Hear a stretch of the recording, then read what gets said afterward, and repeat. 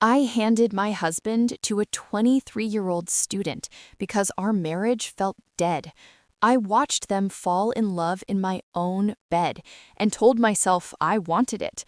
8 months later, they drove away for groceries and never came back. Now I sleep alone in a bed built for three. Don't miss a single beat of this story. Subscribe, like, share with someone who loves gripping stories, and drop your thoughts below. My 10 p.m. stories. One story every night at 10 p.m.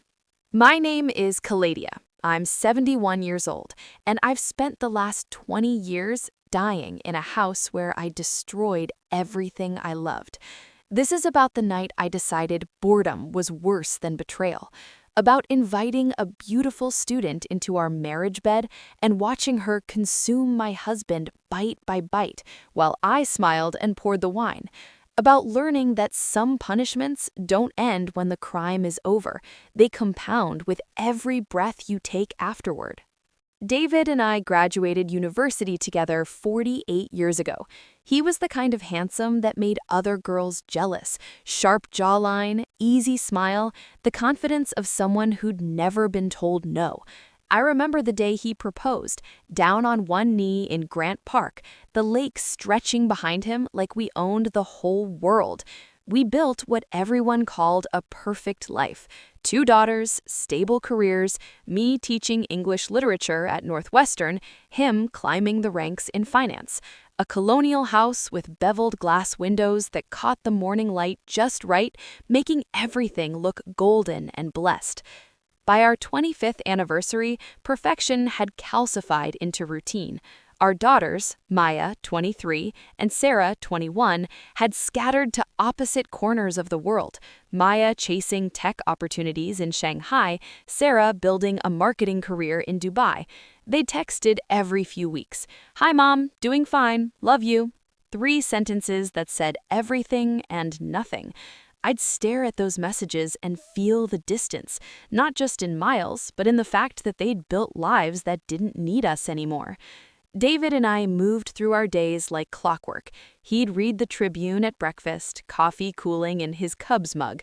I'd grade papers in the evening, red pen bleeding across student essays about love and loss. Ironies I pretended not to notice. We'd have wine on Fridays, salmon on Wednesdays, sex once a month if we remembered. We were best friends, companions, roommates. But somewhere in those 25 years, we'd stopped being lovers. The passion had evaporated so gradually I hadn't noticed until it was completely gone, like water boiling away and leaving only the scorched bottom of the pot. I'd catch myself staring at him across the dinner table, watching him chew his food methodically, and think, is this it? Is this all that's left? 2 people who'd once consumed each other, now just consuming meals in comfortable silence. That thought terrified me more than I wanted to admit. It was a cool Sunday in September, the kind of evening where Chicago reminds you why people fall in love with it. The heat finally broken, leaves just beginning to turn, the air smelling like possibility. We were sitting on our back deck, watching the sun paint the sky purple and gold. David was scrolling through his phone, half present. I was drinking my second glass of Pinot Noir, feeling the warmth spread through my chest and loosen something I'd kept locked away for years. What if we added someone? The words left my mouth before I'd fully formed the thought. David looked up confused. Added someone to what? To us, to our marriage. My heart hammered against my ribs so hard I wondered if he could hear it. Someone young, someone who could bring energy back, make things exciting again. He set his phone down slowly, his expression impossible to read. For 10 seconds, he just stared at me. I watched a dozen emotions flicker across his face, confusion, shock, something that might have been interesting. Then, "Caladia, have you been drinking?" "I'm serious." I leaned forward, the wine making me brave, or stupid, or both.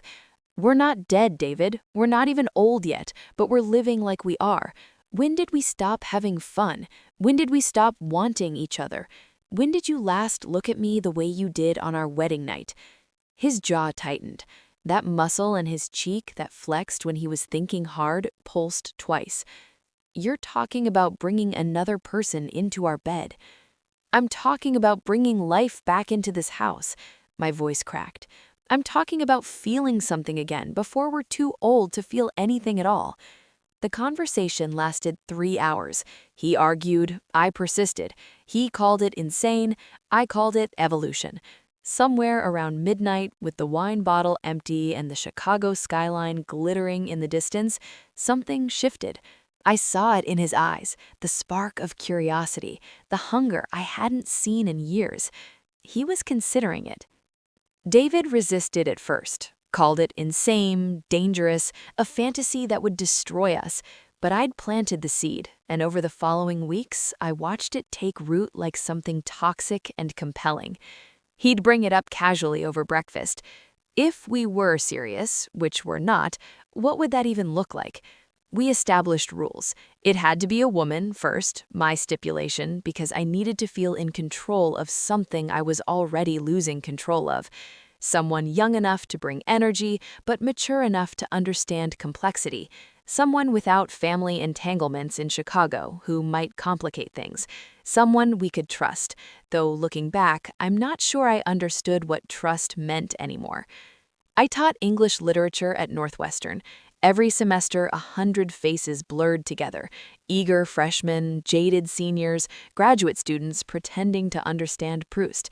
But that fall, one stood out. Nony Bradford sat third row center, 23 years old, with copper-red hair that fell in waves past her shoulders and eyes the color of dark honey. She had this way of tilting her head when she listened, completely focused, like your words were the only thing that existed in the world, like you mattered. God, how long had it been since someone made me feel like I mattered? She was brilliant. Her essays on Fitzgerald carved straight to the bone of human longing, understanding things about desire and loss that someone her age shouldn't know yet. During office hours, she'd talk about her life, no family in Chicago, putting herself through grad school on scholarships and waitressing tips, lonely in a city that felt too big.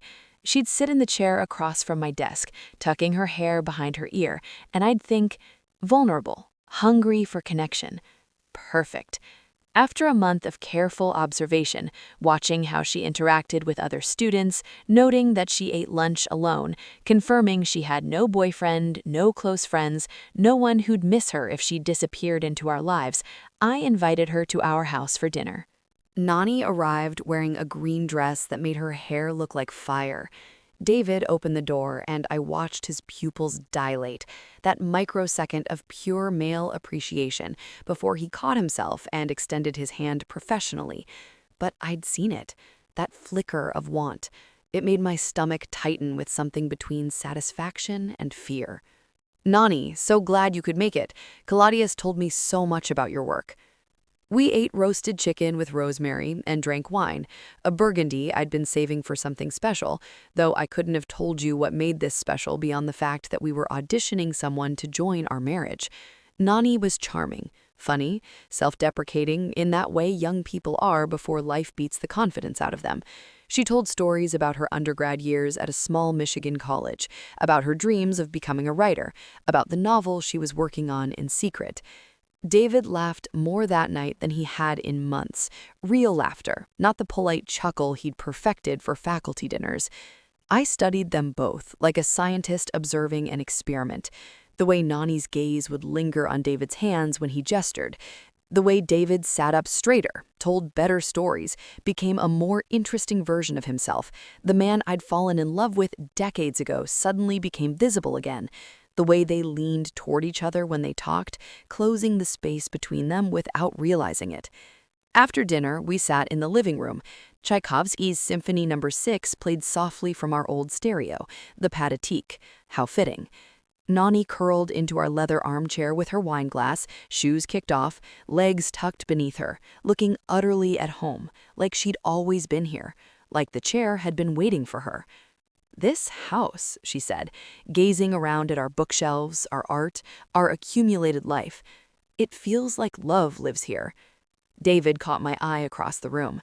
Something unspoken passed between us, a question and an answer, and a recognition that we'd crossed some invisible line just by bringing her here. I thought, yes, she's the one. And somewhere deeper, a voice I ignored whispered, "Be careful what you create." I waited until our fifth dinner together. Nony had become a regular presence, Tuesday nights, sometimes Saturday afternoons.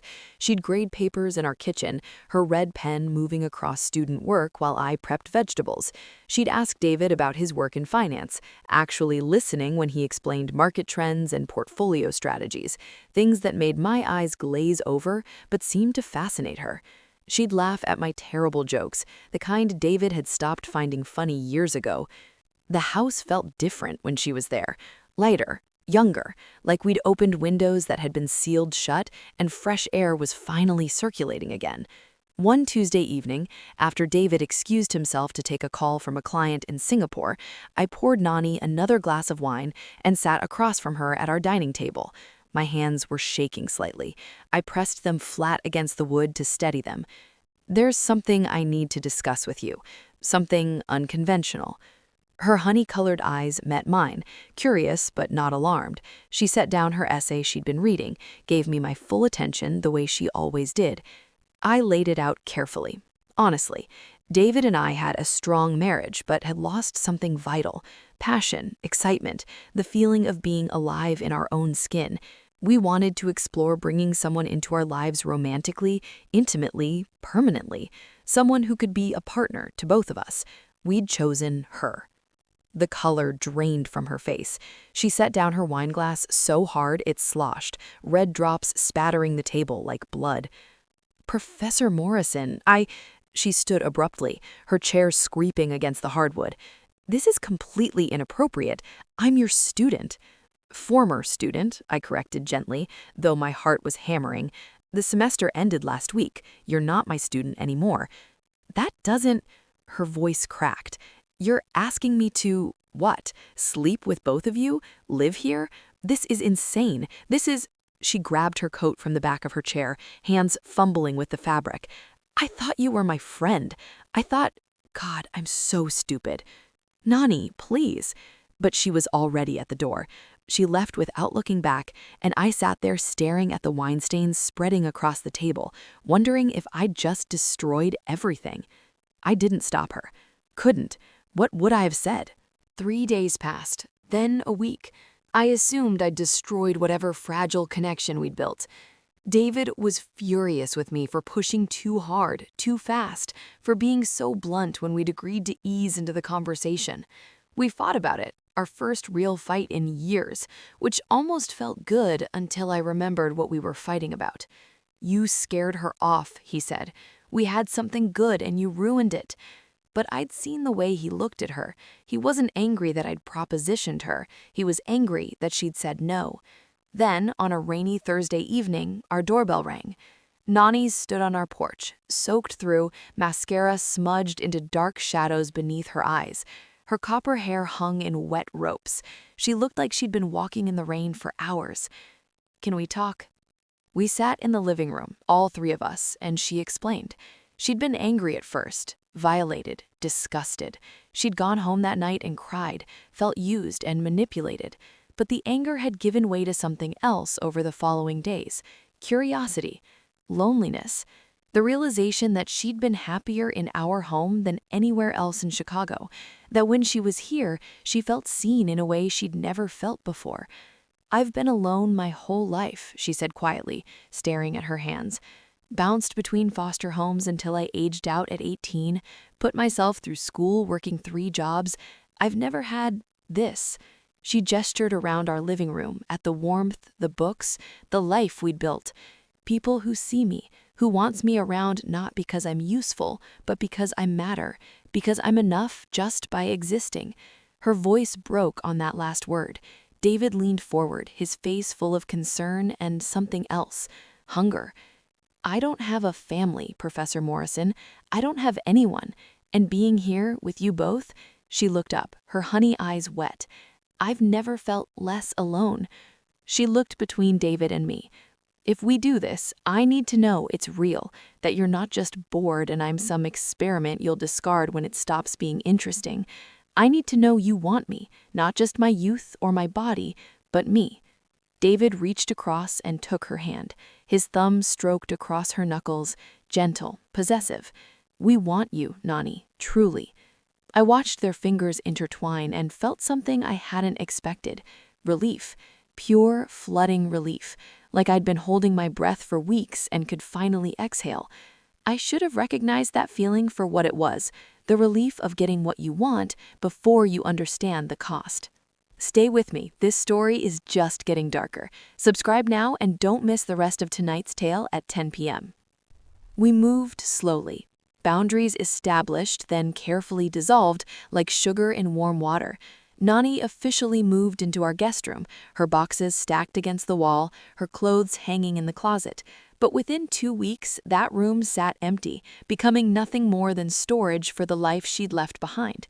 Our king-sized bed, built years ago during a phase when David insisted we needed more space, suddenly felt exactly the right size for 3. I remember the first night all 3 of us lay there together. Every detail is carved into my memory like a scar. Nony between us, her copper hair spread across the pillow like spilled wine. David's hand resting on her waist, his fingers splayed possessively across her hip. My fingers laced with hers, our palms pressed together, her pulse beating against mine. The digital clock glowing at 2:47 a.m. in accusing red numbers.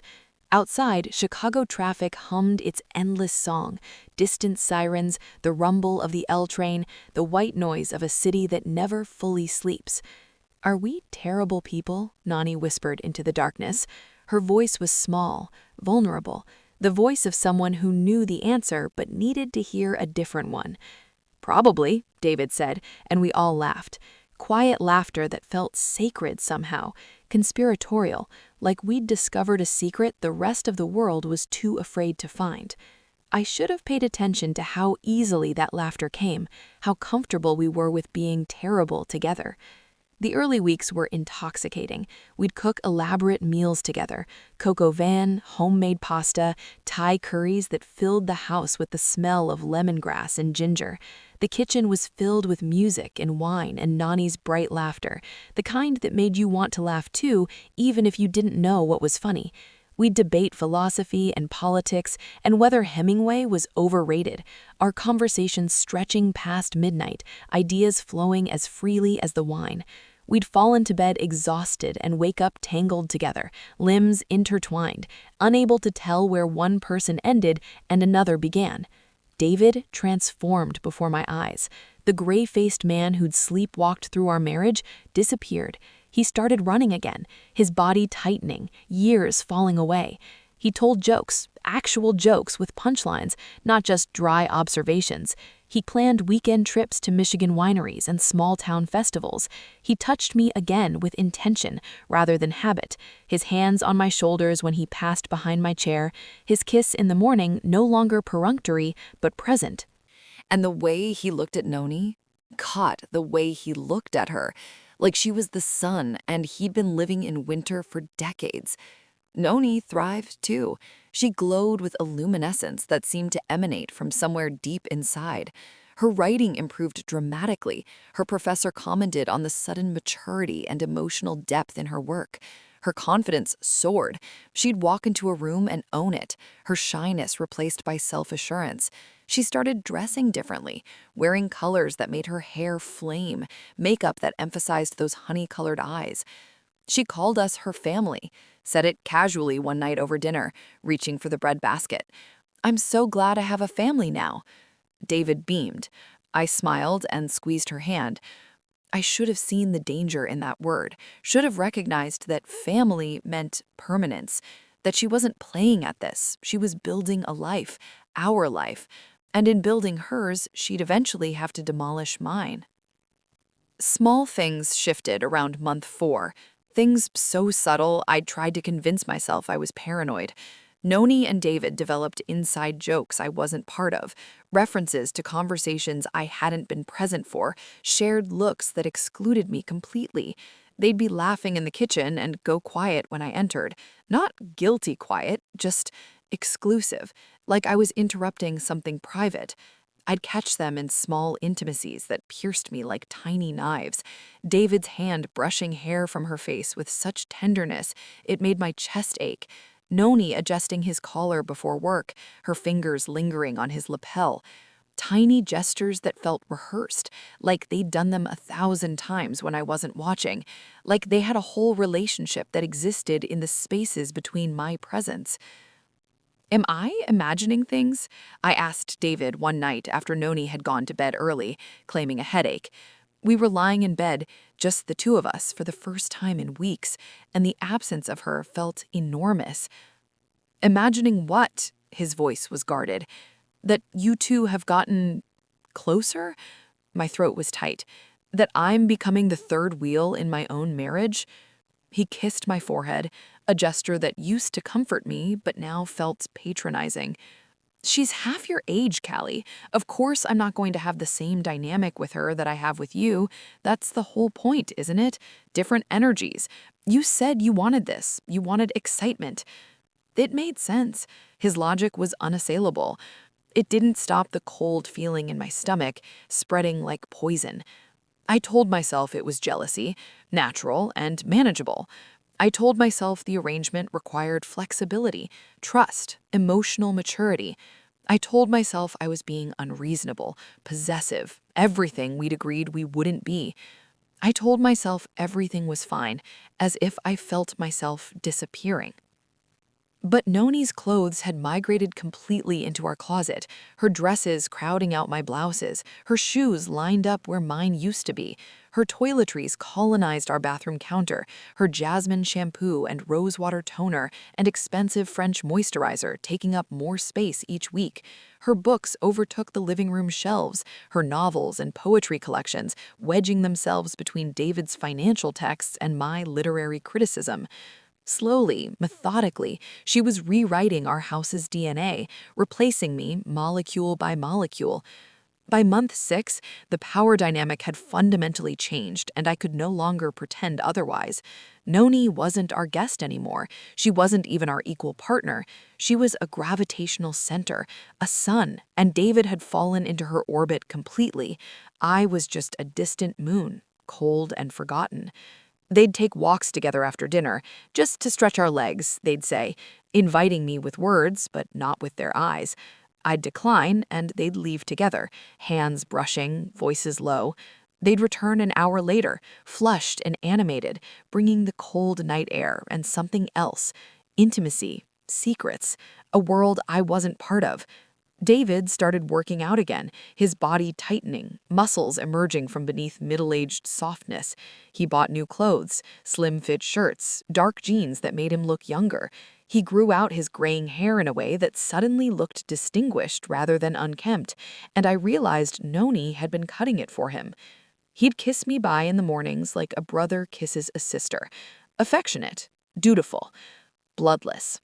But the way he looked at Nony, that was hunger. That was devotion. That was the way he used to look at me 25 years ago. One Saturday, I came home early from a faculty meeting to find the house empty except for sounds from our bedroom. Rhythmic, unmistakable. I stood in the hallway, hand on the doorknob, and couldn't make myself turn it. My legs wouldn't move. I just stood there, listening to my husband make love to another woman in the bed we'd shared for decades, and I felt something inside me die. When they emerged an hour later, flushed, disheveled, glowing, David had the decency to look embarrassed. His eyes couldn't meet mine. But Nony just smiled at me, radiant, utterly unashamed. "We got carried away," she said simply, adjusting her shirt. "Sorry you weren't here." But she wasn't sorry. I could see it in her eyes, in the satisfied curve of her mouth. She was claiming territory, marking what was hers. She'd won something, and she knew it. And I'd handed her the victory. Month 7, the month I started cataloging the evidence of my own erasure. David's phone was always face down now. He'd step outside to take calls, his voice dropping to a murmur I couldn't hear. "Work stuff," he'd say when he came back in. But his job had never required that level of privacy before. I'd worked beside him for 25 years. I knew what his work calls sounded like. These weren't work calls. These were secret calls. Nony stopped asking about my day, stopped making eye contact over breakfast, stopped sitting next to me on the couch during our evening wine, the ritual that used to be ours before it became theirs. When I'd reach for David's hand at dinner, she'd materialize between us, bright and affectionate and somehow always in the way, her hand finding his first. The bed shifted, literally shifted. I'd wake up at 3 a.m. on the very edge of the mattress, my body curled tight to avoid falling off, while they sprawled together in the center. David's arm around her waist, her head on his chest, their breathing synchronized. I'd lie there in the dark, balanced on the precipice, and wonder how I'd become a stranger in my own bed. My daughters called during this period. Maya from Shanghai, her voice crackling over the international line.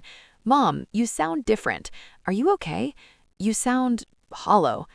I wanted to tell her. I wanted to scream. I'd invited a cuckoo bird into my nest and watched it push me out, egg by egg, until there was no room left for me. But how do you confess something that is shameful to your child? How do you admit that you destroyed your own life because you were bored? "Just tired, honey. Work is busy." My voice sounded like it was coming from someone else. "Mom, seriously, what's going on?" "Nothing, everything's fine." The lie tasted like ash. Sarah's call was worse. Her voice was sharp with worry.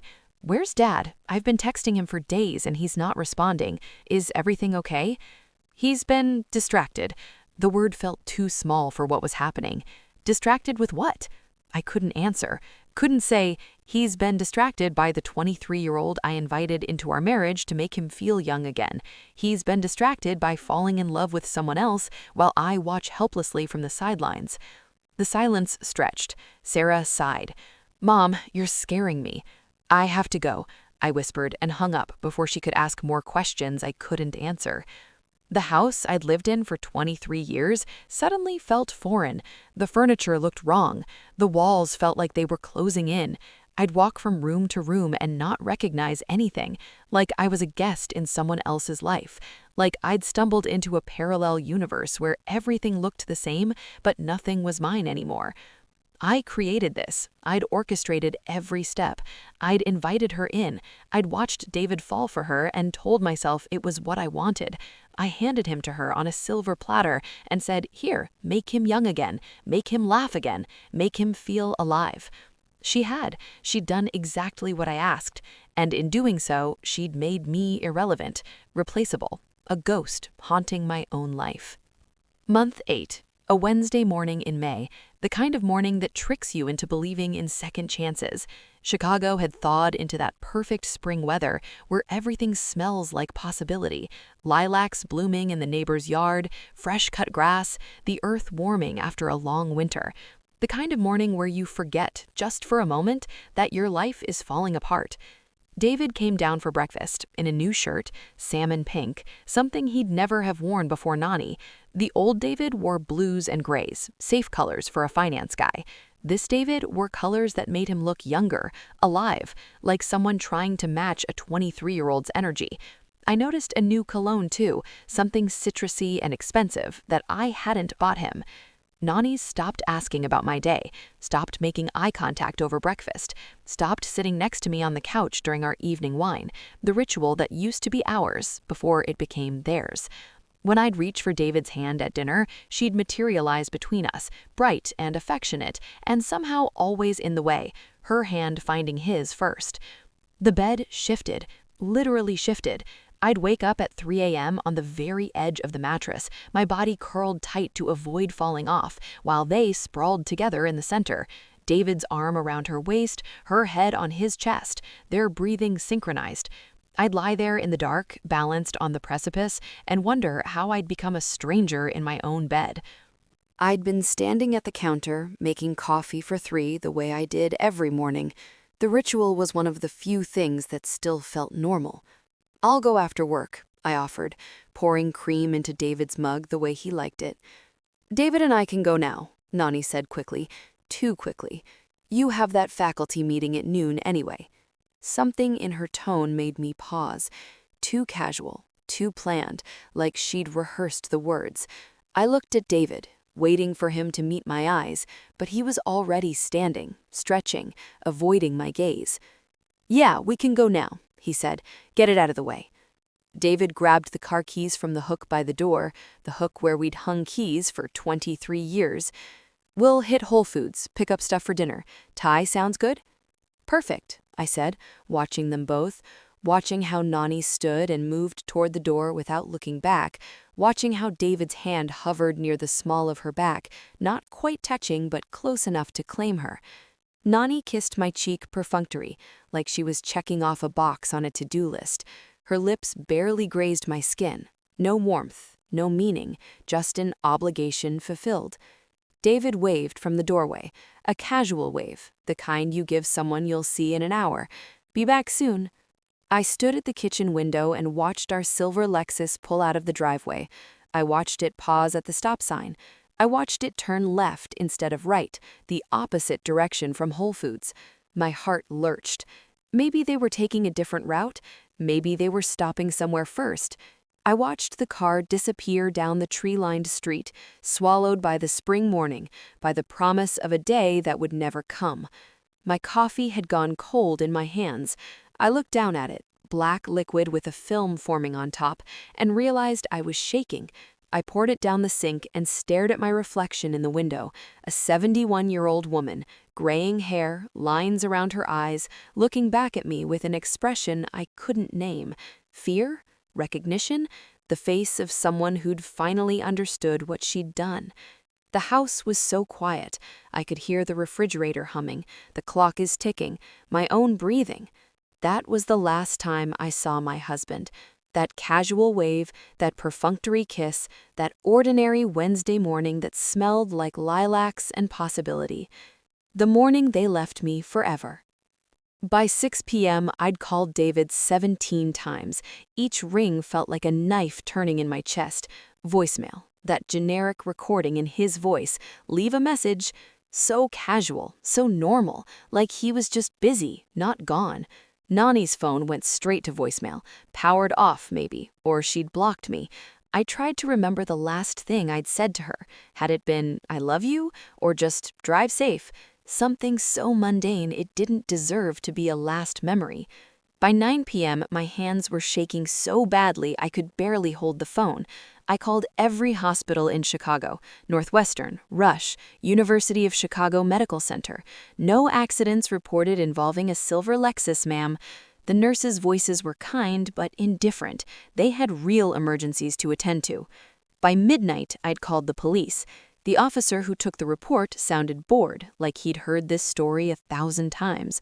"Adults are allowed to leave, ma'am. Could be they just needed some space. Give it 24 hours.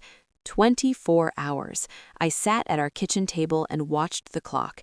Every minute felt like drowning. I kept thinking they'd walk through the door laughing, bags of groceries in hand, saying they'd lost track of time, that this was all a misunderstanding.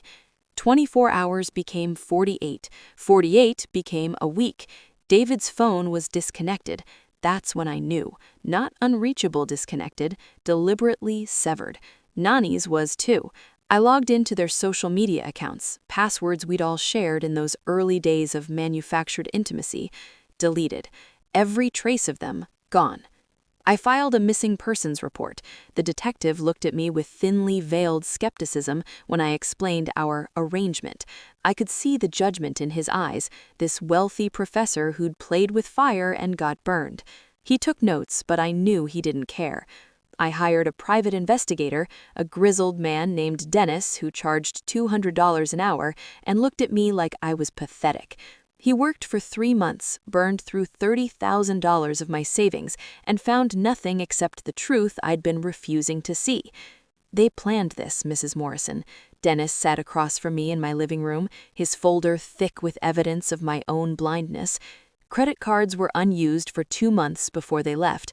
Your husband's bank accounts, he'd been withdrawing cash incrementally for 3 months. Small amounts, 500 here, 800 there, nothing that would trigger alerts. By the time they left, they'd liquidated close to $180,000. My retirement fund, our savings, money I'd earned for 40 years. The girl, Nony, withdrew her entire bank balance 2 days before. They had somewhere to go, new identities maybe. They wanted to disappear, and they did. He closed the folder. I'm sorry, but they're gone, and they don't want to be found. I wandered through our house like a ghost after Dennis left. Every room screamed with their absence. The bathroom still smelled like Nony's jasmine shampoo. David's reading glasses sat on the nightstand next to a book he'd never finish. In the closet, Nony had taken her favorite clothes, the green dress she'd worn that first night, her leather jacket, her good shoes, but she'd left enough behind. Sweaters, jeans, underwear still in the drawer, creating the illusion she'd return. She was smart, so smart. She knew I'd cling to that false hope like a drowning woman. David had taken his passport, his laptop, his favorite watch, the photo of us from our wedding day still on his dresser. 25 years of marriage, and I wasn't worth the space in his suitcase. I found myself standing in our bedroom at 3 a.m., staring at the bed where the three of us had slept. I could still see the indentation where Nony's body had curved into David's.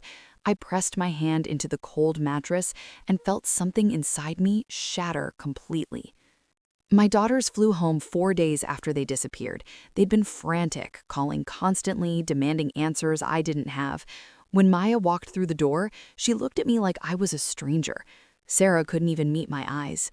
We sat in the living room, that beautiful room with beveled glass windows where I'd entertained Nony a lifetime ago, where I'd watched my husband fall in love with someone else and convinced myself it was what I wanted. Mom, Maya's voice was gentle but firm, you need to tell us everything. So I did, sobbing, humiliated, broken. I told them about the boredom, the proposition, the slow seduction of Nony into our lives, about the 8 months of pretending we were a family, about watching David slip away from me degree by degree until I was sleeping on the edge of our own bed. I told them about the morning they left, how normal it had been, how Nony had kissed my cheek and David had waved from the doorway like they were running an errand, not executing an escape plan they'd probably been perfecting for months. Maya held my hand. Her grip was tight, almost painful. Mom, this isn't your fault. They manipulated you. They used you. But her eyes told a different story. There was love there, yes, but also disappointment. Disgust, maybe. How do you look at your mother the same way after learning she invited a girl barely older than you into her marriage bed? Sarah spoke for the first time. Her voice was icy. How could you be so stupid? The word hung in the air. Stupid. Not unlucky, not manipulated. Stupid. Sarah, Maya started. No, Sarah stood up. She did this. She brought that woman into our family, into Dad's life, and now he's gone. Our father is gone because Mom decided her marriage was boring and thought she could fix it by, her voice cracked. I can't even look at you right now. She left, flew back to Dubai the next morning without saying goodbye. Maya stayed for a week. She was kind, patient, everything a daughter should be. But I saw the way she looked around the house, cataloging the damage, the way she avoided sitting on the furniture Nony had touched, the way she flinched when I tried to hug her. On her last night, she sat on the edge of my bed, the guest bed now, because I couldn't sleep in that other room anymore. Mom, I need to ask you something, and I need you to be honest. I nodded. Do you think Dad loved her? Really loved her? The question I'd been asking myself for days, weeks. Yes, I whispered. I think he did. Maya's face crumpled. More than us? More than his family? I don't know, baby. I don't know. But I did know. The evidence was clear. He'd chosen Nony over his wife, his daughters, his grandchildren he'd never meet. He'd chosen her over 48 years of history, over everything we'd built. After Maya left, the house became unbearable. I'd walk into rooms and forget why I was there. I'd make dinner for 3 and stare at the extra plates, unable to process that they weren't coming home. I stopped showering, stopped eating, stopped pretending I was anything other than destroyed. One night, I found myself standing in the kitchen with a knife in my hand, wondering how deep I'd have to cut to make the pain stop. The thought terrified me enough to call Maya. Mom, you need help, professional help. She was right, but no therapist could fix what I'd broken. No medication could erase the fact that every decision that led to this moment had been mine. I'd invited her in. I'd watched David fall for her and told myself it was fine. I'd shared with my husband like he was a toy I'd gotten bored with. I treated our marriage like an experiment, and when the experiment exploded, I was the only one left to clean up the wreckage. Stupid. Sarah's word echoed in my head every day, every hour. How could you be so stupid? I had no answer. Only the empty house, the disconnected phone numbers, and the knowledge that somewhere in the world, my husband was waking up next to the woman I'd handed him, and they were probably grateful I'd made it so easy. 20 years have passed. I'm 71 now, and I still live in this house like a prisoner sentenced to remember. I've sold most of the furniture because every piece held their ghosts. The couch where Nony curled up reading, the kitchen table where David laughed at her jokes, the mirror where I watched myself disappear. The bed we shared, I burned it in the backyard on a night when grief turned to rage. My neighbors called the fire department. I stood there in my nightgown watching the flames devour the place where I'd lost everything, and I didn't care who saw me falling apart. I never found them. The investigator thinks they went overseas, maybe Europe, maybe Southeast Asia. Somewhere David's finance background and money could buy them a life I'd never touch. For years, I checked obituaries compulsively, hoping to find his name, needing to know he'd died before me, that I'd outlived the man who erased 25 years like they meant nothing. My daughters visit more now, but their eyes hold something I can't bear, pity mixed with blame. Maya had a daughter last year. She named her Emma, not Caladia. When I asked why, she said gently, "Mom, I just wanted a fresh start." Translation, I don't want my daughter carrying the name of the woman who destroyed her own family. Sarah stopped calling me Mom 3 years ago. Now it's just Caladia, spoken with the emotional distance you'd use for an acquaintance. She got married, didn't invite me. I found out from Maya 6 months later. She didn't want drama, Maya explained, and I understood. I am a drama.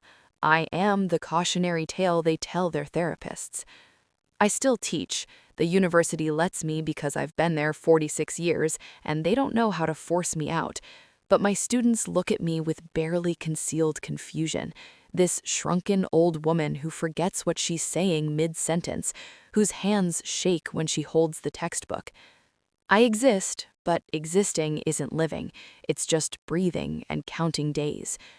Sometimes, late at night, I sit in the dark and remember the exact weight of Nony's head on my shoulder, the sound of David's laughter in our kitchen, the way it felt to be wanted, even if that wanting was an illusion, even if I'd paid for everything I had.